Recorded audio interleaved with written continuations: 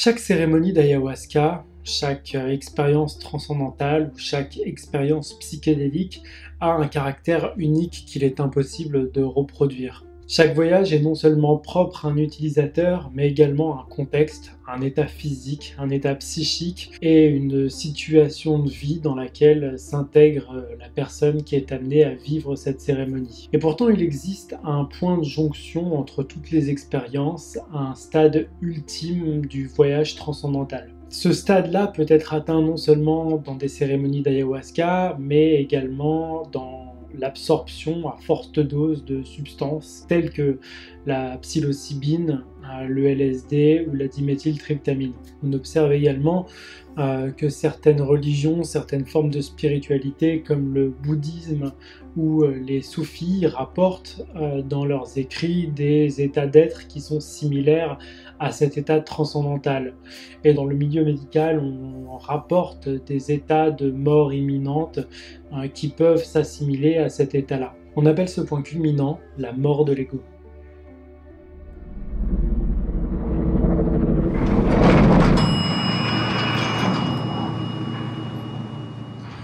Le premier chapitre de ce diptyque avait pour ambition de vous relater ce à quoi l'expérience de la mort de l'ego pouvait ressembler d'un point de vue subjectif. Si je devais vous résumer de la façon la plus limpide et avec le moins de mots possible ce qu'est cette expérience, je pense que ça prendrait une forme qui ressemblerait globalement à ça. La désintégration du corps physique et de l'identité psychique d'un individu, suivi d'une exploration de l'univers par le biais d'une conscience absolue. Ça promet. Je peux comprendre que cette définition ne soit pas hyper claire, donc permettez-moi d'essayer une petite analogie. Imaginez un ordinateur de bureau avec sa propre capacité de stockage, avec un écran, avec un affichage bien défini et avec un système sonore permettant un certain éventail de fréquences.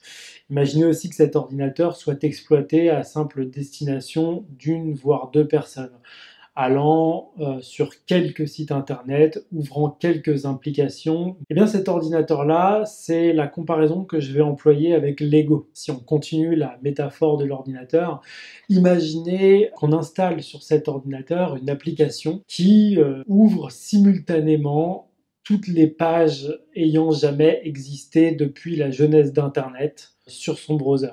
Qu'est-ce que pourrait subir cet ordinateur-là? Probablement un flux ininterrompu de données, aussi chaotique, aussi disparate que possible, et qui noierait les informations dont il disposait initialement dans son disque dur. Une forme de dissolution de son usage initial, la mort de l'ego d'un ordinateur. On serait tenté de dire RIP l'ordinateur, c'est fini pour lui, sauf que c'est là que les choses commencent. Le flux d'informations, la mutualisation des informations venant d'Internet à celles qui étaient déjà présentes dans l'ordinateur aboutit à une espèce d'état de conscience qui fait que l'ordinateur transcende son individualité.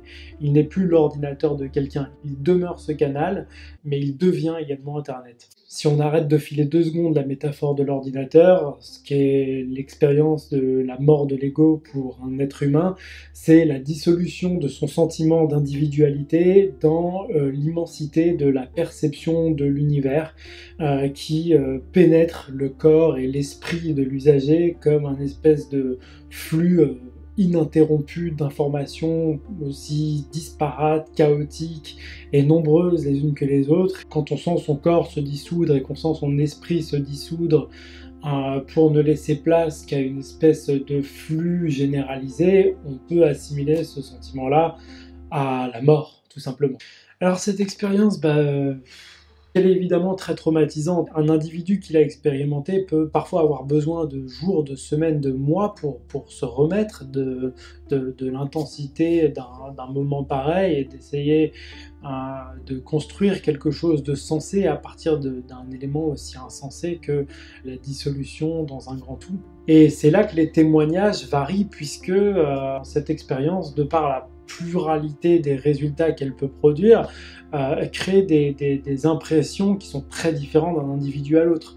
J'ai eu l'occasion de rencontrer des personnes qui avaient vu dans la mort de l'ego l'opportunité de pouvoir reconsidérer leur vie, libérée des chaînes de la dépression, de la tristesse, des considérations sociales qui les empêchaient de devenir ce qu'ils estimaient devoir devenir.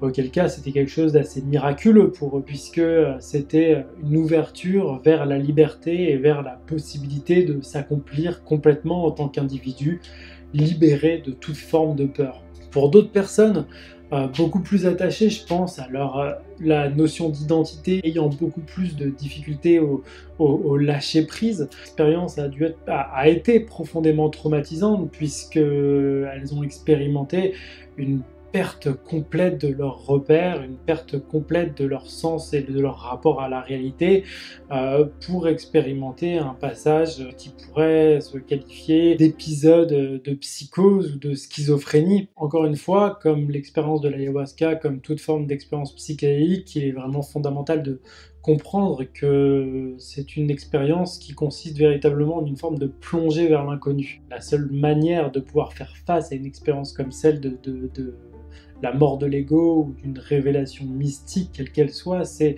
de faire preuve d'acceptation, d'y aller avec le cœur ouvert, avec l'intention d'ouvrir sa conscience à ce que l'ayahuasca, l'expérience mystique, quelle qu'elle soit, a à vous offrir. Une pratique de la méditation peut s'avérer fortement conseillée. Une intention précise au moment de la mise en situation de l'expérience psychédélique peut apporter une forme de guide à travers l'expérience le temps de sa durée. Et ça, ce sera l'occasion d'une prochaine vidéo. Voilà, c'est la fin de cette nouvelle vidéo. J'espère qu'elle vous aura plu. J'espère qu'elle vous aura appris encore 2-3 trucs sur l'expérience psychédélique et l'expérience transcendantale telle que je l'ai exprimée et telle que j'essaye de vous la restituer. N'hésitez évidemment pas à liker cette vidéo, n'hésitez pas à la partager, n'hésitez pas à la commenter ni à vous abonner à la chaîne. Et je vous dis à bientôt pour un prochain chapitre. Salut!